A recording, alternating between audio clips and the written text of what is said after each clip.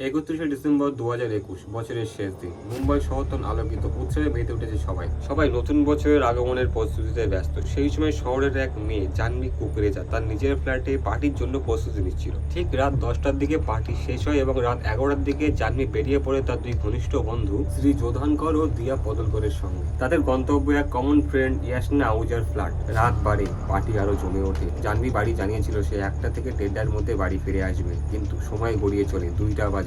জাহ্নবীর phone আসতে থাকে, কিন্তু ফোন জাহ্নবী রিসিভ করে না। এর পরের দিন সকাল 1 জানুয়ারি 2022 জাহ্নবীর বাবার ফোনে একটি আননোন নাম্বার থেকে কল আসে এবং তাকে বলা হয় তাড়াতাড়ি আপনি হাসপাতাল চলে আসুন, আপনার মেয়ের অবস্থা খুবই খারাপ। তিনি হাসপাতালে গিয়ে যা দেখলে তা সব বাবার কাছে একটা দুঃস্বপ্ন।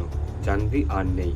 হতাশ হয়ে জাহ্নবীর বাবা তার মেয়ের বান্ধবী দিয়াকে ফোন করে, কিন্তু সেও ফোন তোলে না। এরপর হাসপাতালে গিয়ে তিনি যেটা জানতে পারেন, তার মেয়ের সাথে যে ঘটনাটা ঘটে সেটা কোনো সাধারণ দুর্ঘটনা নয়। এরপর পুলিশ এই বডিটির পোস্টমর্টম করে এবং পোস্টমর্টম শেষে বডিটি পরিবারের হাতে তুলে দেওয়া হয় এবং বডির শেষ ক্রিয়াকর্ম সম্পন্ন করা হয়। কিন্তু আশ্চর্যের বিষয় হলো, তার শৈশবের বন্ধু শ্রী যোধানকর ও দিয়া পদলকর কেউই তার শেষ কর্মের দিন সেখানে উপস্থিত ছিলেন না। ঠিক এইখানে জাহ্নবীর বাবার সন্দেহ হয় এবং সে থানায় রিপোর্ট জানায় যে আমার মেয়ের মৃত্যু দুর্ঘটনা নয়, এটা একটা pre plan murder. Police post-mortem রিপোর্টে দেখে যে জাহ্নবী ছাদ থেকে পড়ার আগে তার শরীরে 48টি আঘাতের চিহ্ন ছিল এবং তার মাথার হাড় এবং চোয়াল ভাঙা ছিল, অর্থাৎ তাকে ছাদ থেকে ফেলার আগে বেধড়ক মারধর করা হয়েছিল। সঙ্গে সঙ্গে ফরেন্সিক দল সেই বিল্ডিং এ পাঠানো হয় এবং ফরেন্সিক দল ছাদ থেকে পুরো 8 তলা পর্যন্ত প্রতিটা ঘর পুরো পরীক্ষা করে। রিপোর্টে দেখা যায় যে রক্তের দাগ পাওয়া গেছিল, সেই রক্তের দাগ আসলে জাহ্নবীর, অর্থাৎ তাকে 3 তলা থেকে মারতে মারতে 2 তলায় নামিয়ে আনা হয়েছিল, তারপর তাকে সেখান থেকে ফেলে দেওয়া হয়েছিল। যার ফ্ল্যাটে পার্টিটি হচ্ছিল, অর্থাৎ ইয়াসনা আহুজা জানায় যে প্রথম দিকে পার্টিতে সব ঠিকঠাকই চলছিল,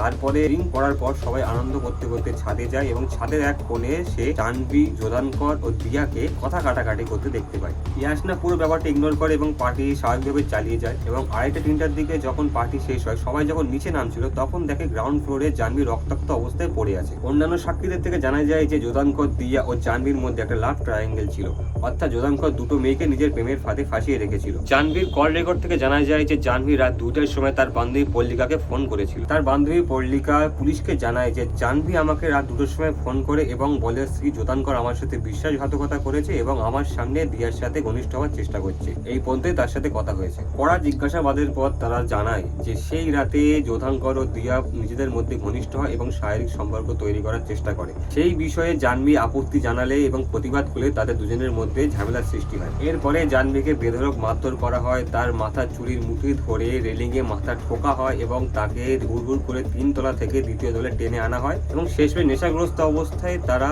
সেই জাহ্নবীকে 2 তলা থেকে ধাক্কা মেরে ফেলে দেয়। এরপরে পুলিশ দিয়া পদলকর ও শ্রী যোধানকরকে গ্রেপ্তার করে জেলে পাঠানো হয় এবং তারা এখন বর্তমানে জেলের মধ্যে আছে। তাদের ঘটনার ঘোষণা এখনো শোনানো হয়নি, তদন্ত এখনো চলছে। এইভাবে মুম্বাইয়ের জাহ্নবী কুকরেজার হত্যাকাণ্ডের পুরো ঘটনাটা সামনে আসে এবং এরকম ভিডিও এই চ্যানেলে আপলোড হতে থাকে। যদি আপনারা এরকম ভিডিও দেখতে বা শুনতে থাকেন তাহলে চ্যানেলটি সাবস্ক্রাইব করে থাকবেন এবং দেখা হচ্ছে পরের ভিডিও।